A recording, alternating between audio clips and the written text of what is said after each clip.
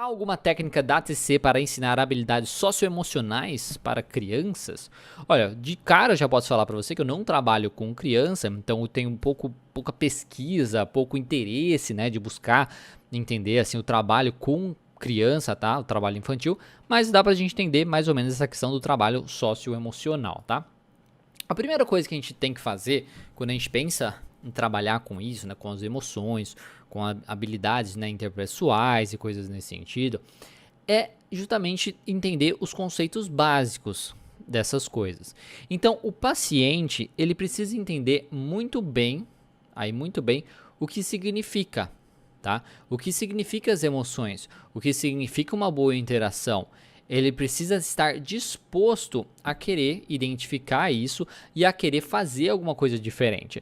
Então a gente vai identificar qual o problema dele. Olha, por que é bom ter um controle das emoções? Por que é bom você saber se comunicar melhor, né, ter uma melhor relação e tudo mais? A gente precisa deixar isso muito claro para o paciente, principalmente para conseguir identificar o problema.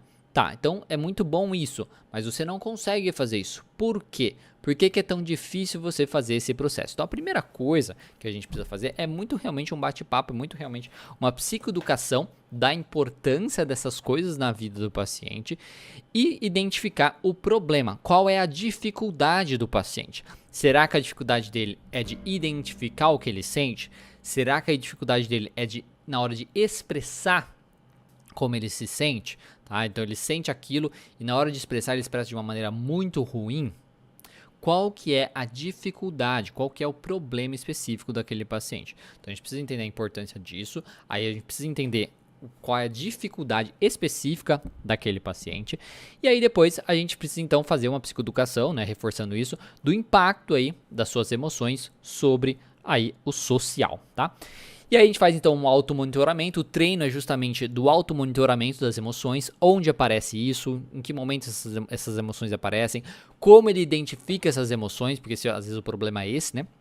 Ele tem uma dificuldade de identificar as emoções, de se expressar, tá? Ver qual o contexto aparece, o que ele pensa sobre as emoções. Então a interpretação que o paciente tem a respeito das emoções é muito importante, porque se o paciente acha a emoção terrível, né? Então ele sente ali uma emoção negativa, ai meu Deus do céu, isso é terrível, eu não posso sentir isso.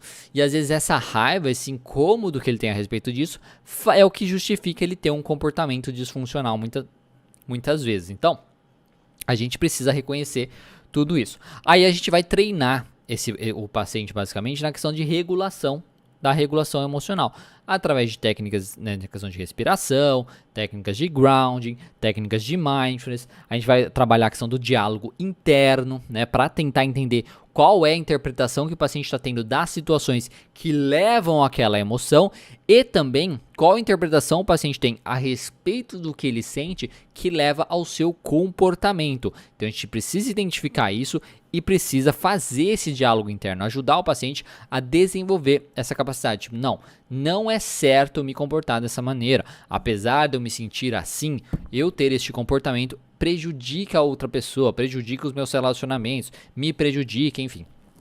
Coisas nesse sentido. Então a gente vai enfatizar também bastante os benefícios dele ter justamente um controle emocional, os benefícios dele conseguir identificar melhor suas emoções e expressar melhor as suas emoções. E conforme ele se comporta, a gente vai propor também comportamentos mais adequados para esse paciente, testar esses novos comportamentos, tá? Então, olha, então essa semana vamos tentar reagir dessa maneira, aí você vê quais as dificuldades que você vai ter de reagir dessa maneira e tudo mais.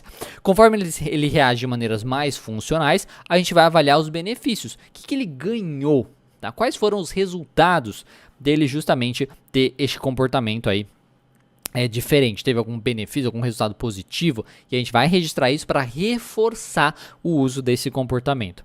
E aí a gente vai realmente fazer essa avaliação aí do paciente para identificar se isso está melhorando, se isso não está melhorando, e a gente parte a partir disso, tá? Como eu disse, como eu não atendo crianças, né? Aí eu não sei se existe uma coisa muito específica. Na TC a gente tem bastante baralhos, né? Baralhos terapêuticos que ajudam bastante ali com crianças. Então tem baralho das emoções, tem baralhos da questão de habilidades sociais, tá?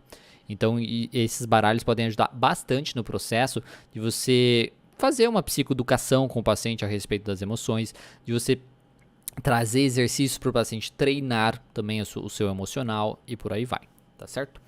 E aí, você gostou do conteúdo desse vídeo? Porque se você quiser assistir o conteúdo dessa aula na íntegra, basta acessar o meu canal de lives aqui no YouTube. Você pode encontrar o link na descrição e além dessa aula completa, você vai encontrar também muitas outras aulas para te ajudar na sua prática clínica aí da psicologia. Então clica aí embaixo e eu te vejo lá.